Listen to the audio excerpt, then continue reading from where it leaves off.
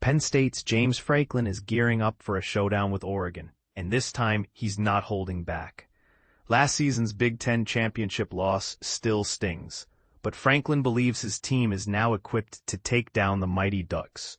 After a 45-37 defeat that exposed their weaknesses, the number 3 Nittany Lions have spent the past 9 months reinventing themselves, particularly on offense and defense. But here's where it gets controversial.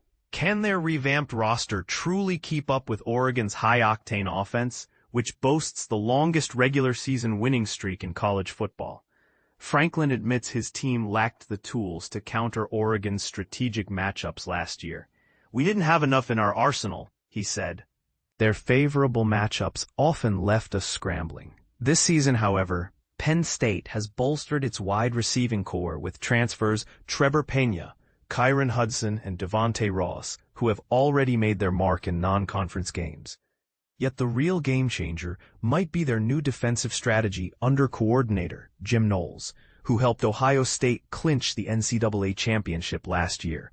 Knowles' hybrid defense, blending man and zone coverage, aims to neutralize Oregon's dynamic offense, a tactic that proved effective in Ohio State's 41-21 playoff win over the Ducks.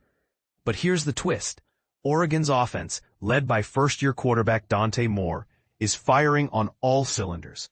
Ranked 7th in scoring and 12th in total offense, the Ducks average 269 passing yards per game, with Moore already tossing 11 touchdowns. Knowles acknowledges the challenge. They're a formational nightmare. If you're not perfectly positioned, you're toast. Adding to the pressure, the infamous Whiteout game at Penn State, where over 100,000 fans in white will roar at 120 decibels, creating an electric and intimidating atmosphere. Oregon coach Dan Lanning knows silencing the crowd early is key, especially since the Ducks have scored touchdowns on all but one opening possession this season. Penn State quarterback Drew Allar, who shone in last year's championship game despite 2 interceptions, is ready for the rematch.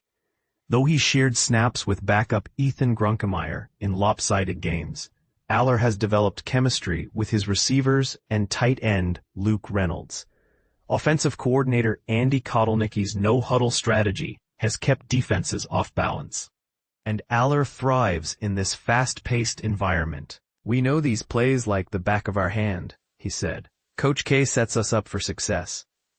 And this is the part most people miss.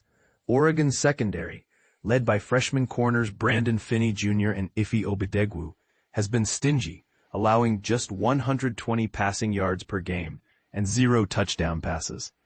Yet Penn State's speedsters, Hudson, Pena, and Ross, average over 11 yards per catch and pose a physical threat. Lanning admits experience breeds confidence, but will it be enough against Penn State's firepower? On the defensive line, Penn State's Danny Dennis Sutton relishes Knowles' straightforward approach. Go get the quarterback. But Oregon's offensive line, anchored by transfer tackles Isaiah World and Alex Harkey, has allowed just 1 sack this season. Protecting Moore will be crucial, as Dennis Sutton warns, we need to discipline our rush lanes and limit his mobility. So here's the burning question. Can Penn State's new weapons and defensive scheme finally dethrone Oregon? Or will the Ducks' momentum prove unstoppable? Share your thoughts below. This debate is far from over.